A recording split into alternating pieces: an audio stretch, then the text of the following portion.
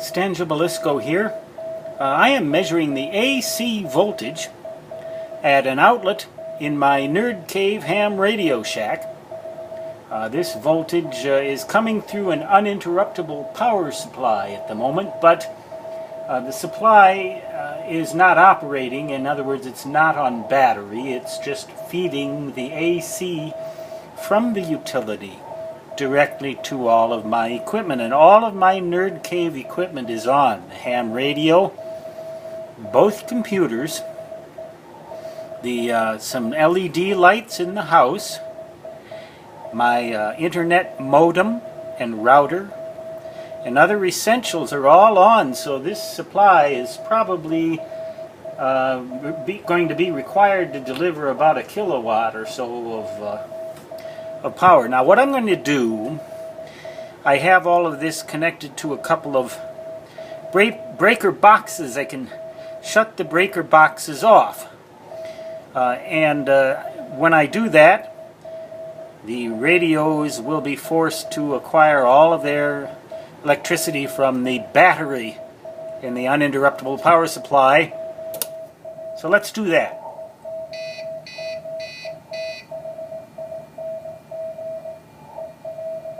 Well, it's getting, it didn't drop very much. I'm actually rather surprised. The last time I did this test, it dropped considerably. So this is running. Now you hear those beeps. That is the uninterruptible power supply telling me that it's not getting anything from the utility and is having to use the batteries. Now the batteries in there are something that I hacked, and I made some videos about that quite a while ago. A couple of automotive batteries in series, supplying approximately 25.2 volts DC to this thing, which is what it wants. But those two big automotive batteries will last a lot longer than the battery in the original power supply would have. Let's switch the AC back on with that breaker box. Now I just simulated what would happen if a utility failure occurred and the power went out. All of my Nerd Cave equipment just keeps right on trucking. In fact, one time I was actually uploading a video to YouTube while as a utility power failure actually began. The power went out as I was uploading this thing, and not a glitch.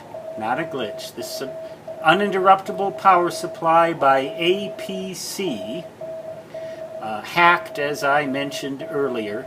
The next time I hack a power supply like that, though, I'm going to use marine batteries rather than automotive batteries, because they're designed more for that type of application. So that's interesting. Let's try that again. Another power failure. Didn't go down much. I'm pleased.